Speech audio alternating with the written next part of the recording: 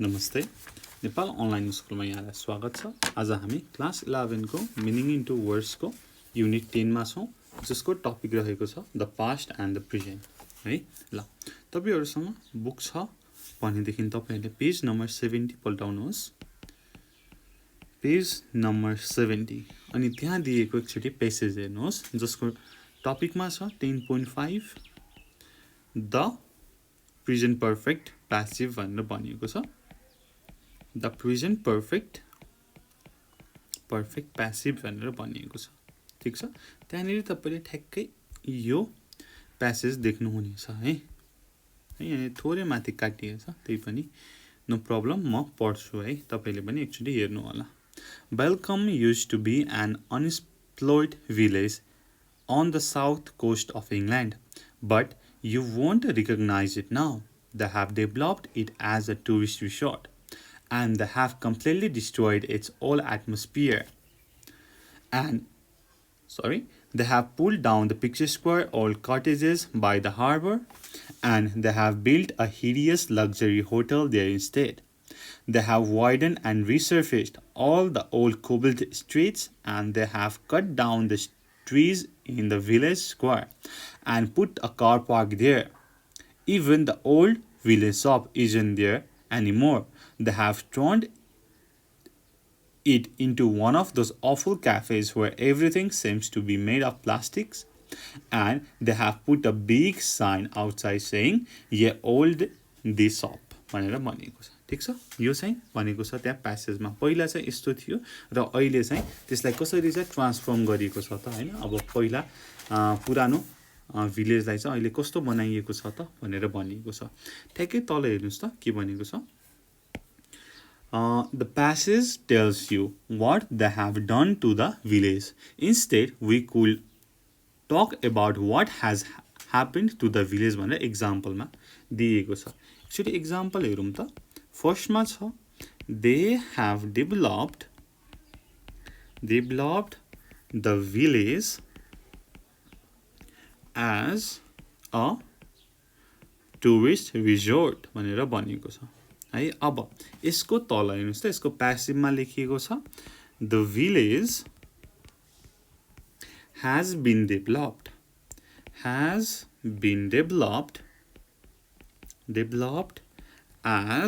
a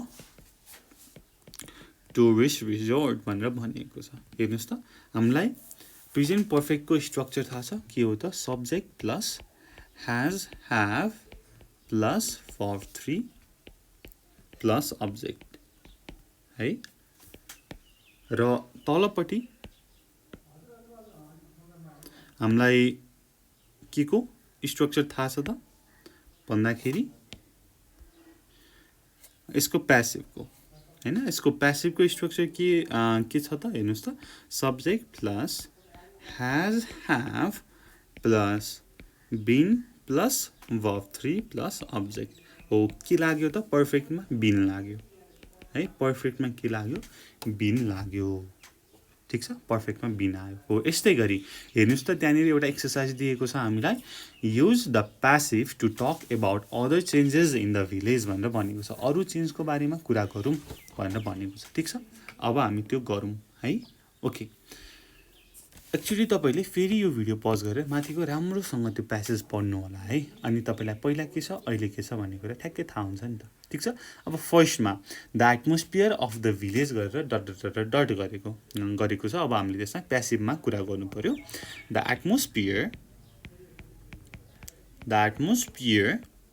of the village हेर्नुस् त। अब has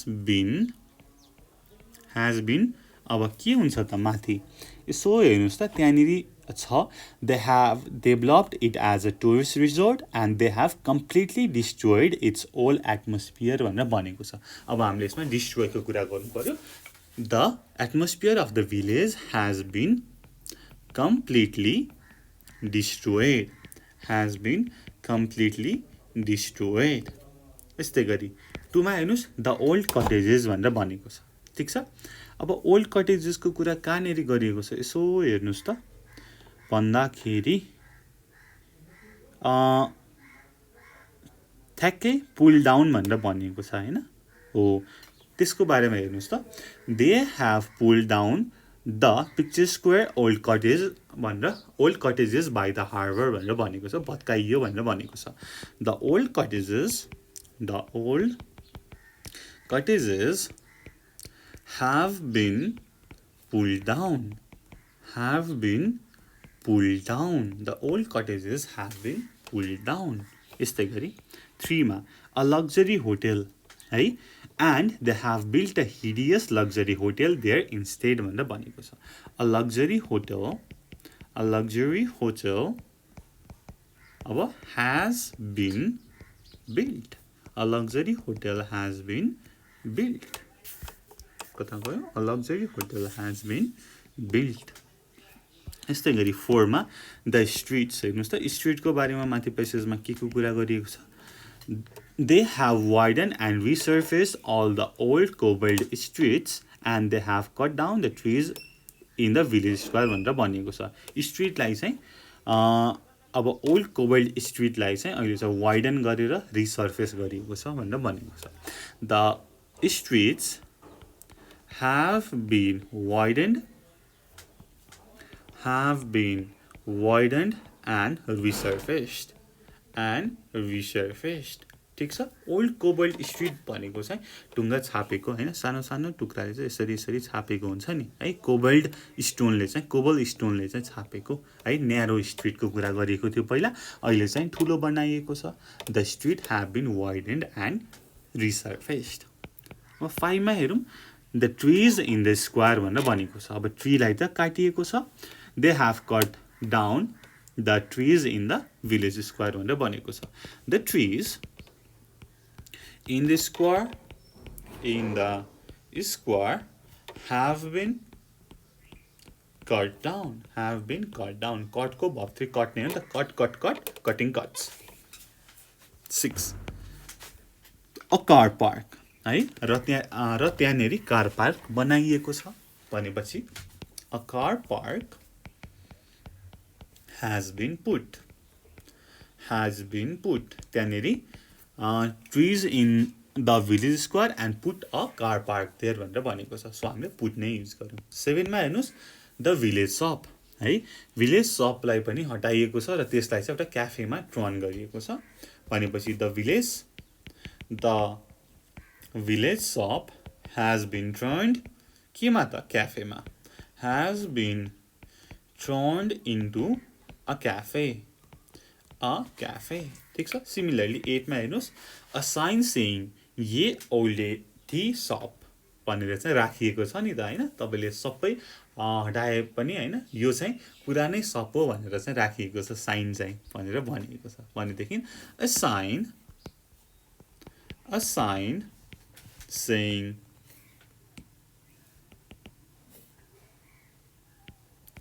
saying ye old tea shop has been put हेर्नुस् त has been put ठीक छ सबै हामीले केमा लेख्यौ त प्रेजेन्ट पर्फेक्ट प्यासिभमा ठीक छ अब तपाईले यति जानेपछि पेज नम्बर 71 हेर्नुस् ठ्याक्कै अर्को नेक्स्ट पेजमा पेज नम्बर 71 मा प्र्याक्टिस भनेर भनेको छ ठीक छ the two pictures so how street has changed यहाँनेरि पिक्चर देखाइएको छ म यहाँनेरि पनि देखाउँछु तपाईलाई है दुईटा पिक्चर देखाइएको छ र कसरी चेन्ज भएको छ त भनेर चाहिँ भनिएको छ ठीक छ work in pairs asks each other what has happened to everything answer using passive भनेर भनिएको छ यहाँनेरि हेर्नुस् त अब एले भन्यो व्हाट ह्यापेन्ड टु द शप अब शपलाई के गरियो त भनेर भन्दाखेरि हेर्नुस् त शपलाई के गरिएको रहेछ पहिला यतापटि शप थियो यहाँनेरि मैले किन यसले लेखेन मेरो ठ्याक्कै लेखेन है ओके यसलाई लेख्ने बनाउनको लागि म के गरौँ भनेर भन्दाखेरि ओके यता जाउँ त्यसपछि यता आएर म ओके ब्लू गरे र अब चाहिँ लेख्छ होला है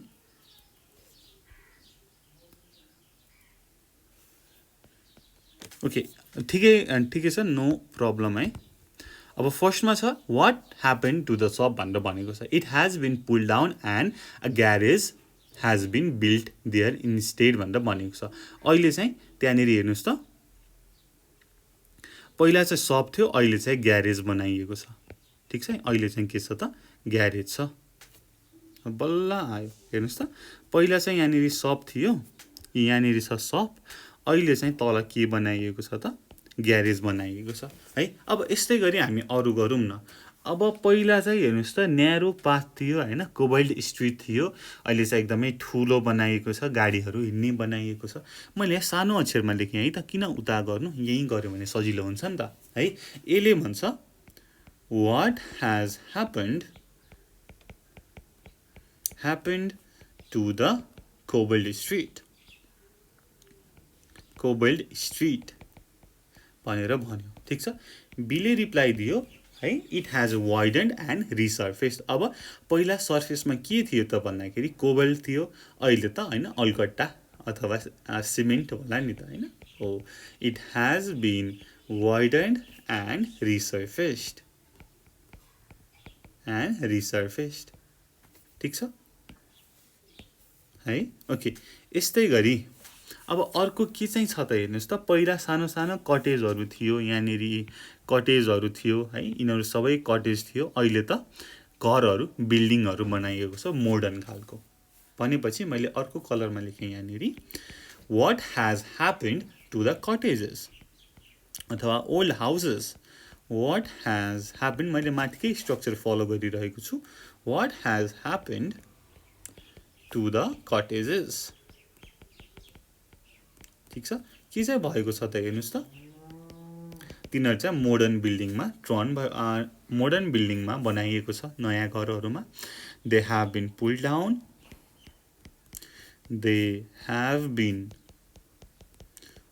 डाउन, अनि मोडर्न बिल्डिङ बनाइएको छ। एन्ड हामीले सबै प्यासिभमा कुरा गरिरहेको छौँ, हेर्नुहोस् हेभ बिन प्लस वर्ब 3 भनेपछि प्रेजेन्ट पर्फेक्टको passive. And more buildings has been built there instead.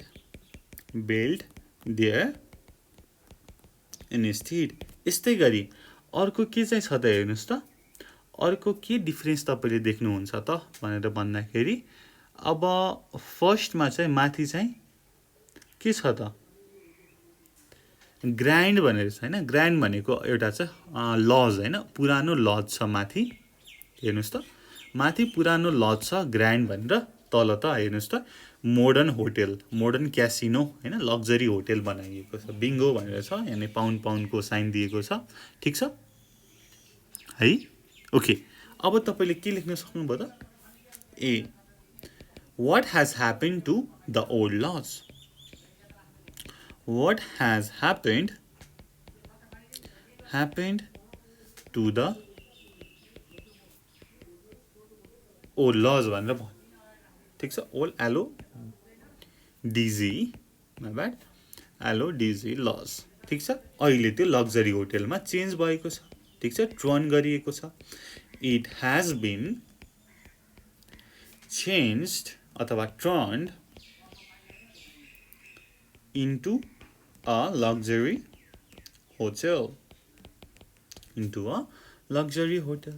ठिक छ, ल हामीले यसरी गऱ्यौँ है त। यो चाहिँ मैले यतिमै गरेँ, उता लेखिनँ है, सजिलो हुन्छ नि त हामीलाई होइन, कम्पेरिजन गर्नुको लागि भनेर यहीँ गरेँ है, बुझ्नुभयो।